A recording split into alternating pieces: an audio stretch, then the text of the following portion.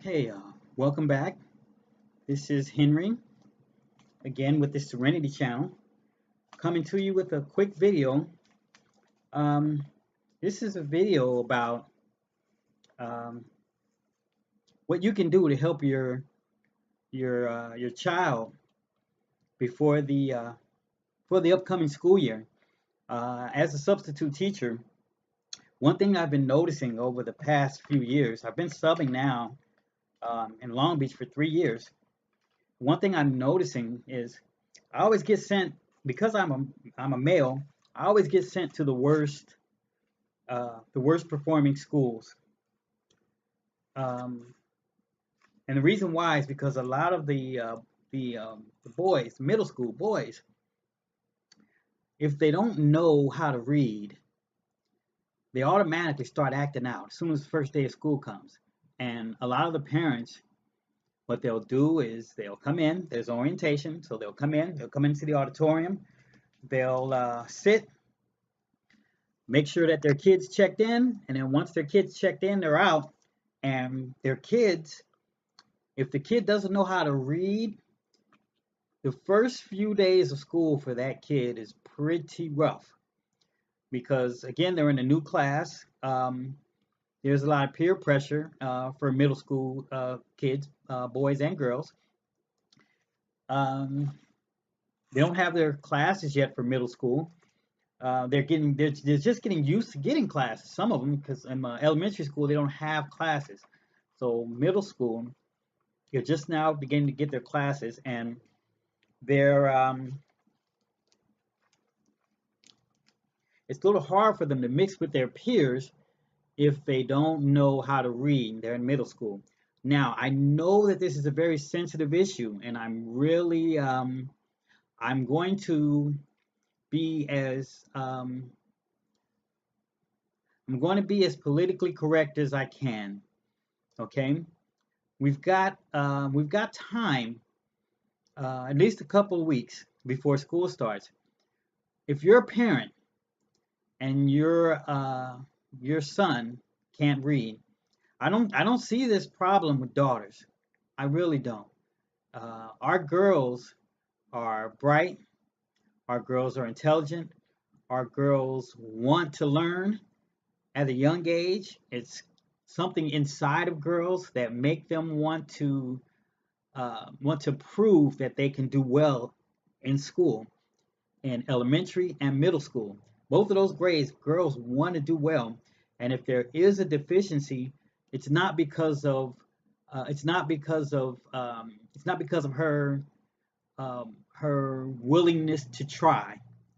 Girls will try, even if a girl has some learning disabilities, she will at least try. The majority of these boys, when they when they get I'd say when they get past the fourth grade, if they don't know how to read, a lot of them just give up, and a lot of the parents give up on these boys. It's not a good thing to do. um, there's not a lot out there for boys that don't know how to read except for the streets, and for a long time we've been ignoring this. It's time for us to stop ignoring this problem. I have some solutions as a substitute teacher. This is for everyone. If your kid can't read, again, I've sat in classrooms. I was educated in Compton. I went to Kelly Elementary School. I started Kelly in the fourth grade. From Kelly Elementary, I went to Roosevelt Elementary. One of the schools is a Crip school. The other school is a blood school. So when I was in the fourth grade, I was already asked to. I was approached by two boys in the bathroom and told if I don't join the Crips, they were going to beat me up. This was at Kelly. At the time, I was living with my aunt on Stoneacre, and she was an amazing woman. And my two cousins, Cooper and Lori, they were amazing as well. They did the best they could to shield us from the gangs because they knew we didn't know anything about gangs.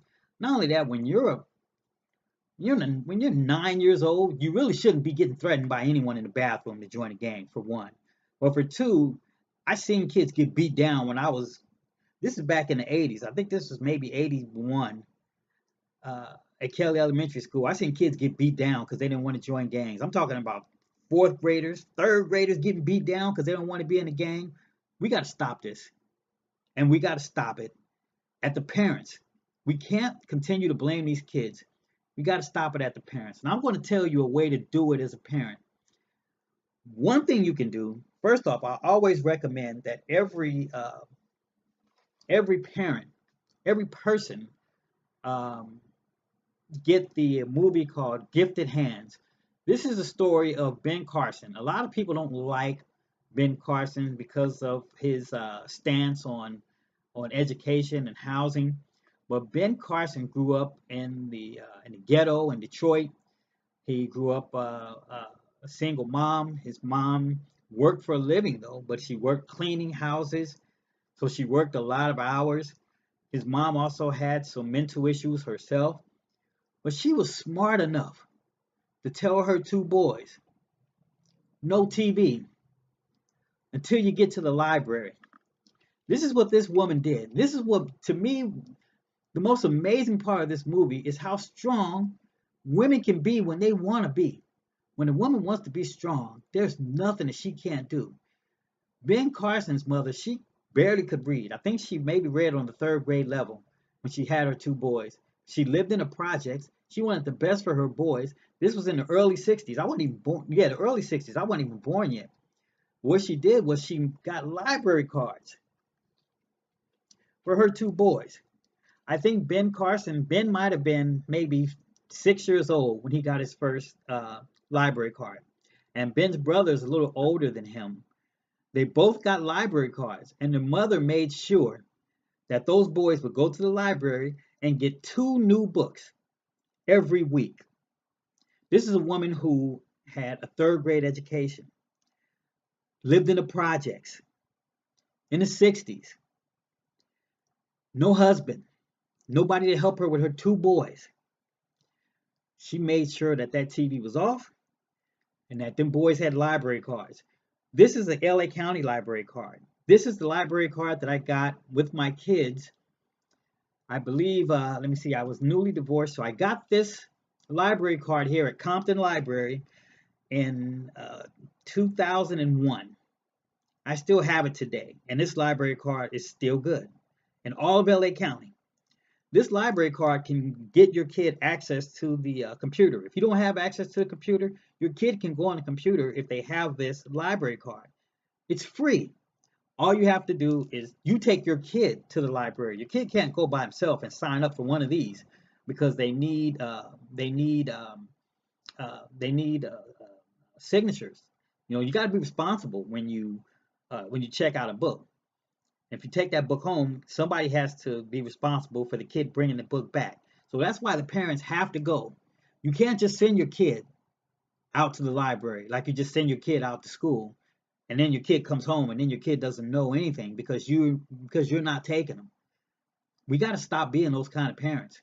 We got to be the kind of parents that are hands-on with our children and hands-on with our boys, the same way we're hands-on with our girls. Like I say, I don't see this problem with girls in elementary. I'm talking about elementary and middle school. I'm not talking about high school. By high school, they're supposed to have this already. But I'm talking elementary and middle school. All kids need a library card. If those kids aren't at the pool in the summer, they need to be at the library because the library is cool. They have air conditioning. Um, in the library, there are literally hundreds, some libraries even have thousands of books. What is book? What is a book? It's knowledge. You want your kid to have knowledge. If your kid doesn't have knowledge, your kid's not going to do well in school. And if your kid is falling behind and the teacher has 40 kids to teach, the teacher's going to be honest with you, the teacher's going to teach to the lowest level because the teacher wants your kid to get it.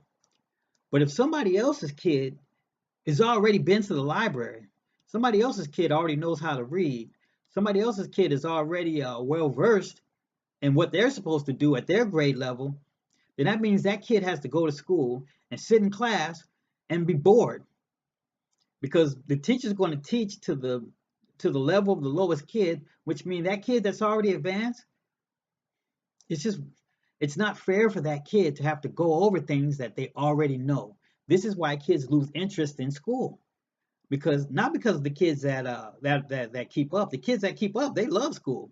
The kids that fall behind, those are the ones that the teachers are trying to save. Those are the ones that they're the apple that's getting ready to fall off the tree.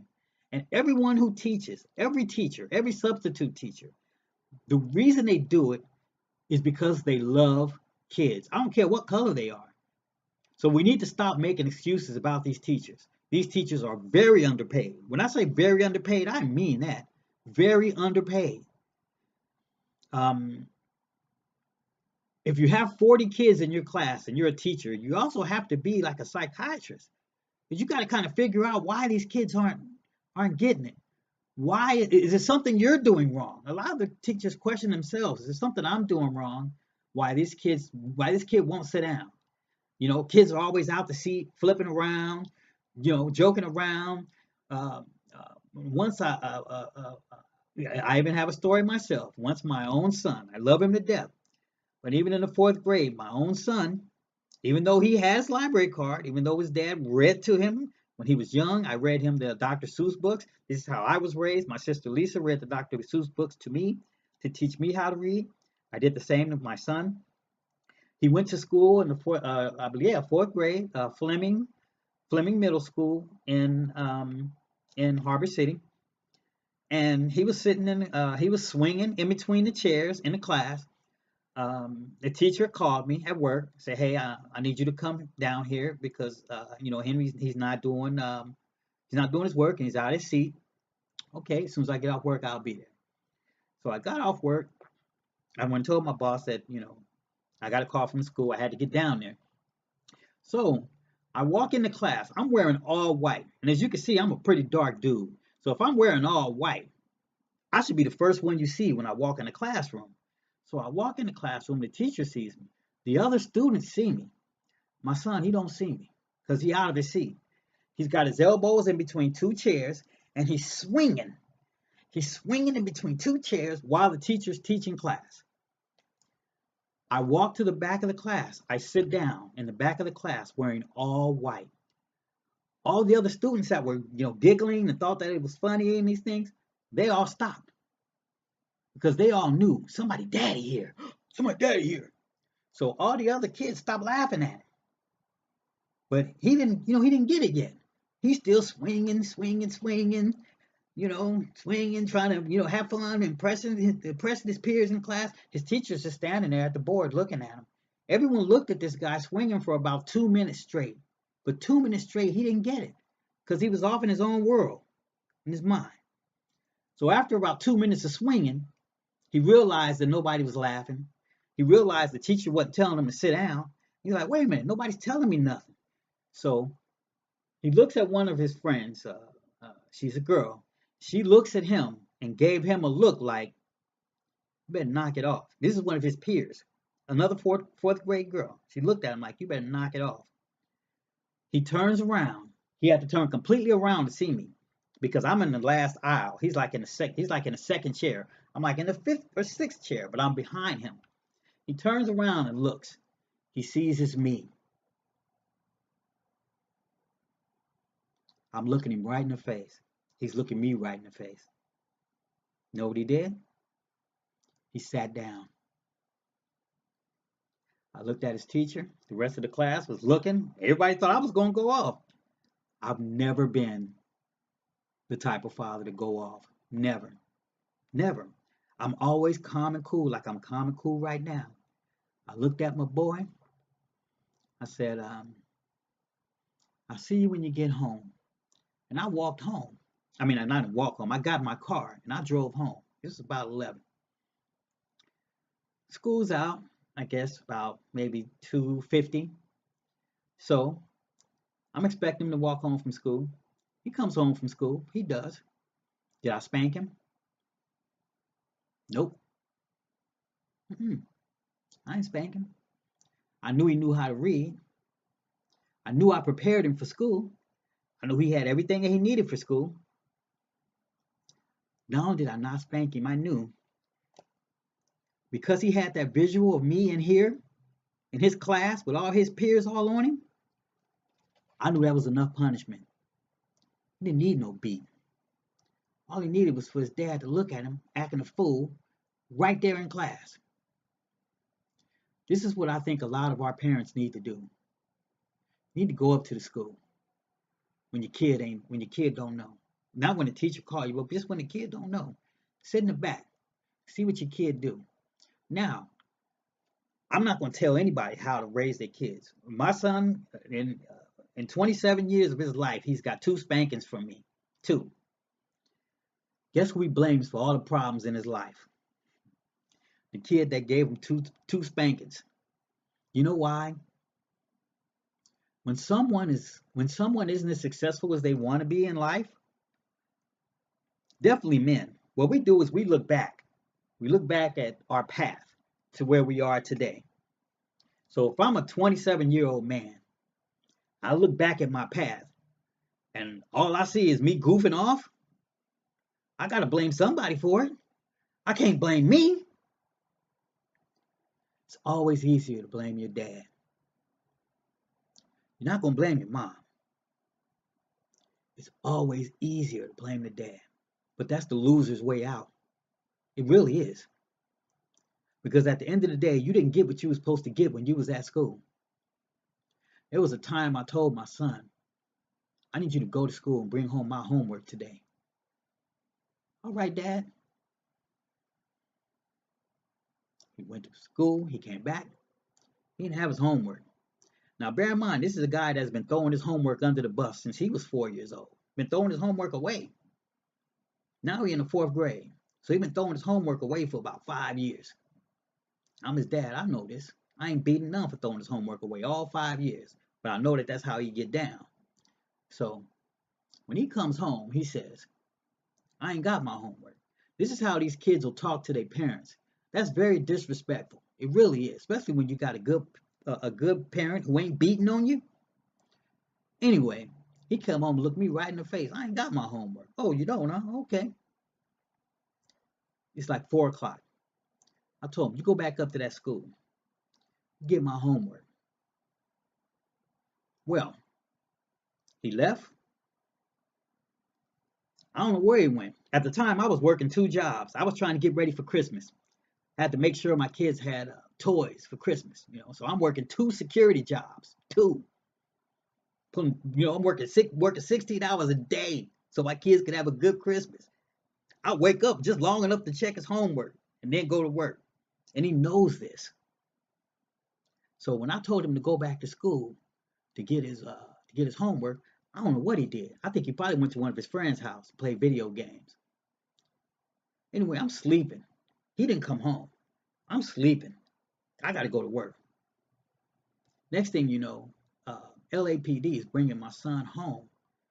They told me that he was wandering the street at 11:30 at night. He's a 9-year-old boy. Wandering the street, right? So they bring him home. My ex-wife is furious at me, the guy who's working 2 jobs and is just trying to get some rest so he can get to his next job. I'm trying to get some rest. I got to get to work. My ex-wife's upset with me for telling my son to go to school. Go back up to that school and get his homework. And then he just walked the streets. I didn't tell him to walk the streets till 11 o'clock. I said, get my homework. It's 5:46, July the 18th of 2017. I still ain't got my homework. And you know what? My son would rather hold a grudge at me than bring me my homework. I'm a military dad. I ain't gonna beat on you. That's not me. I'm gonna make sure you got the tools that you need in order to succeed. That's what I'm gonna do. And if I know that I gave you the tools to succeed and you just choose that you don't want to, that's your choice. This is a free country. You can choose to be illiterate if you want. You can choose not to teach your kids if you want. You can choose to be poor if you want. But it's up to you. and blaming other people because you can't do what the other kids are doing. I mean, when I went to class, I see kids learning. Kids can learn. What that means is everybody can learn. Same with my boy. He could learn too. I said that to say this. I'm a parent just like the ones that I'm talking to. I'm a parent.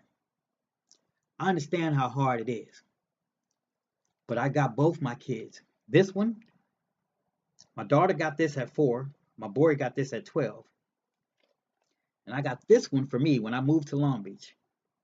Because when I moved to Long Beach, I was homeless. I didn't have a computer, so I went to the library. I got my library card, and I checked my email every morning at the Long Beach Library.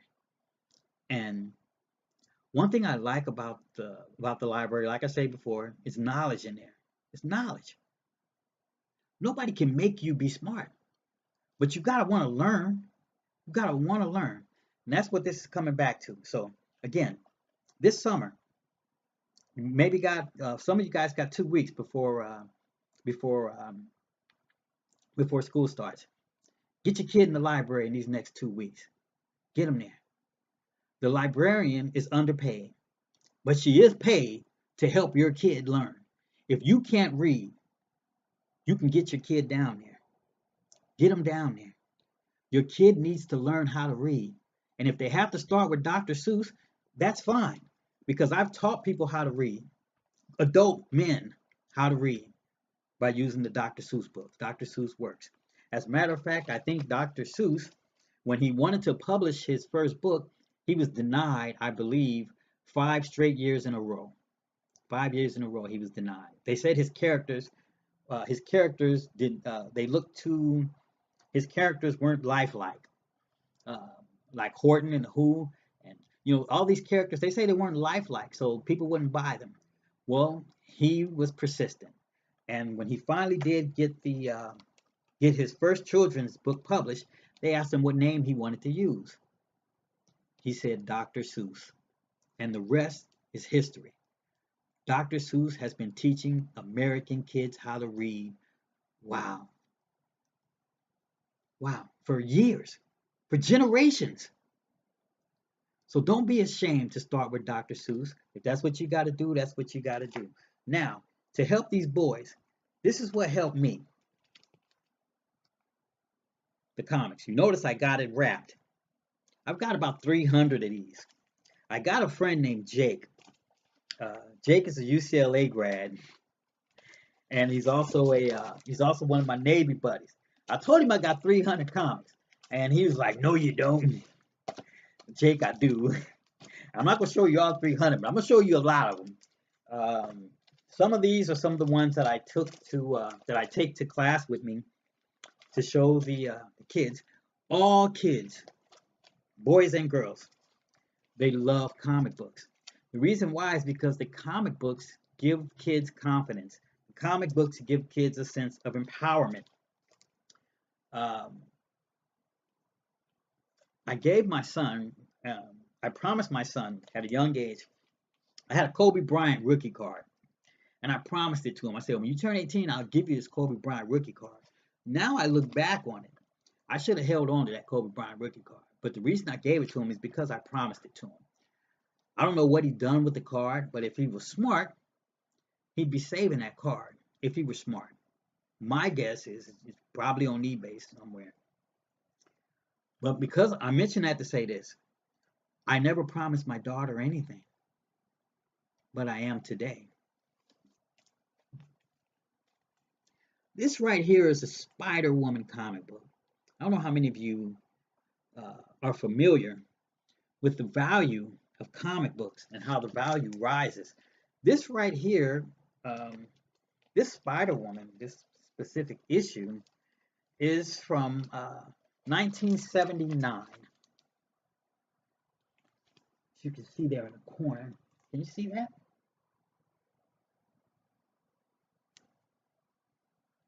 Okay, it's 1979 Marvel comic book. What does that mean? Well, that means that this comic book is approaching in the next 10 years, it's approaching a silver anniversary. In the next 10 years, there are different levels to comics, which means in the next 10 years, this comic book right here will pay for Mars College in the next 10 years. Yeah. And I'm going to give this to her. If she's smart enough to give this to her daughter, I don't know when she's going to have kids, but if she's smart enough to give this to her daughter, um, this comic book could pretty much buy her daughter's house if she saves it. Just like that Kobe Bryant rookie card that I gave my son. If he would have saved that card and gave that card to his kid in about 30 years from now, that card would be so valuable. Because Kobe's going right to the Hall of Fame. He's going right first ballot for sure. And anybody in LA would pay top dollar for that card in about 15, 20 years. But if he would keep that card for 30 years, some people, what they want is that instant gratification. And that's what people want when they talk about education. They say it's boring to learn how to read. It's boring to do all these papers. It's boring. It's boring. Well, when you invest in yourself, it's going to pay back. It's going to pay its dividends. But you just have to invest in yourself. You got to do that, And the way we do it today is we motivate kids. I got stacks on stacks of these comics. Let me show you.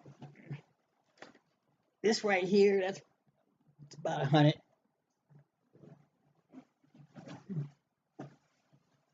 And again, I got them all in plastic, as you can see.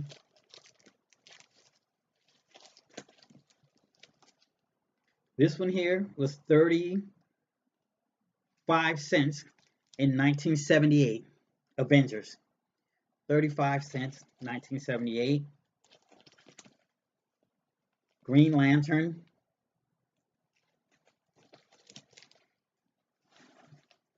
It's just a few.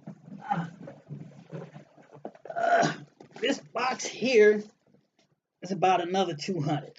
It's 4, as you can see. See that, Jake? 4. More comics.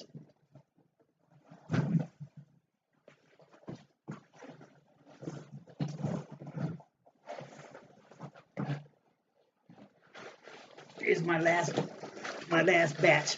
4. All wrapped in plastic, as you can see.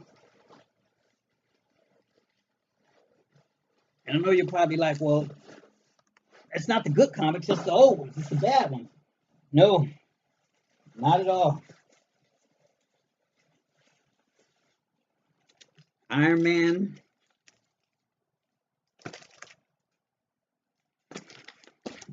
Like I say,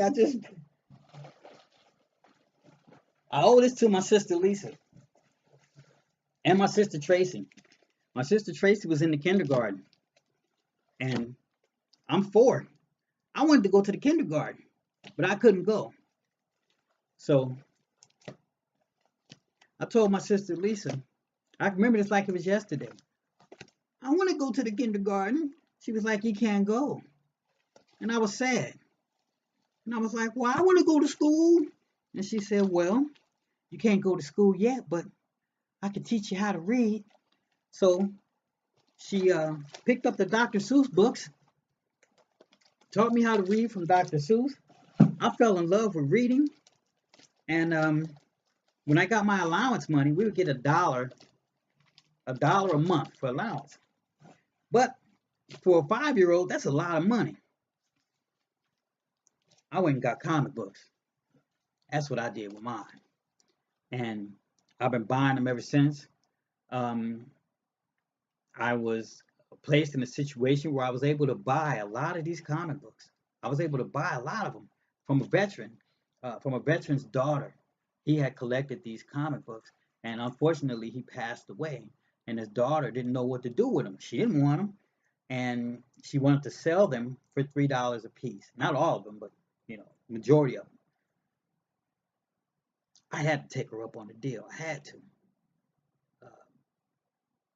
it's like these comic books were a second coming for me. It's something I needed to have in my life. Also, uh, at Walmart, I don't normally plug these corporations, but Walmart has a sale on T-shirts. Their Superman, Batman, Wonder Woman. You send these if you send your kids to school with these shirts. Again, they're probably maybe uh, uh, 7, 8, 99 shirts. But your kid goes to school with these shirts on. If they're in elementary or middle school, it gives them confidence. Same thing with the socks. Like I say, I'm a grown man, but I wear the socks every day. You know, kids get these socks, they love them, and it makes them want to do well in school. That's the thing. You gotta send your kid to school, and your kid wants to do well. Another thing that these comic books do is they give your kid the courage to say no to gangs. When these guys tried to jump me into the Kelly Park Crips in the fourth grade, I had the confidence to tell them no, no, I'm not doing it. I knew that. Look, you can't be afraid to get beat down. If you don't get beat down and you live in the hood, you're gonna get beat down anyway. So you might as well stand your ground. You gotta stand for something. If you don't stand for something, you fall for anything, for one. But for two, when I was 6 years old, I learned about the complex relationships between men and women. I know you're thinking, how can he say that? One thing that reading these bubbles taught me, reading inside these bubbles, it taught me the conversations that Clark Kent would have with Lois Lane. And Clark Kent would always try to impress Lois Lane. But Lois Lane, for some reason, she couldn't tell that it was Clark Kent when he had his glasses on. She couldn't tell. But as soon as he took the glasses off, she was smitten, smitten. But then he put the glasses back on, put on his suit. He was just a regular old dude. I say that to say this: when you're young and you're like 6 years old, and you're able to understand the complexities of the dynamics of a male and female relationship at 6, that's genius. That's working. The brain cells are working in a 5 and 6 year old kid when that kid's trying to figure out why why is why is this relationship so so so difficult, but at the same time they're friends. They work with each other, they see each other every day, they're friends, but there's complexities there. For a 6 year old to figure that out, it's powerful stuff. So I'm telling you, look, get your kids to the library, get them to reading. If not, what this is right here, this is a court card. I mentioned this before. This is a court card for AA. This is the card that they have to bring to the court to show the court that they're making the AA meetings. You can either get your kid one of these cards or get your kid one of these cards.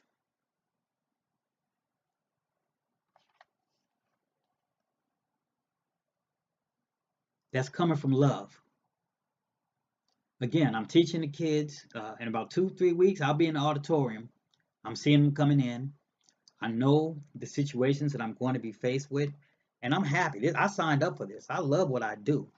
But at the same time, I want to make it easier for your kid in school. And if you want to make it easier for your kid, let's get them to the library. Let's send them to the librarian. If you don't know what to do, the librarian is trained to know what to do. Send your kid to the librarian, and our next generation is not going to be as illiterate as this generation. I'm calling it. Our next generation is not going to be as illiterate as this generation. Uh, that's all I have to say about that. Thank you for coming to the channel. Um, please subscribe. We're doing what we can. We're doing the best we can for kids this year. That's what we're doing. So thank you for tuning in. Thank you for listening, and be blessed.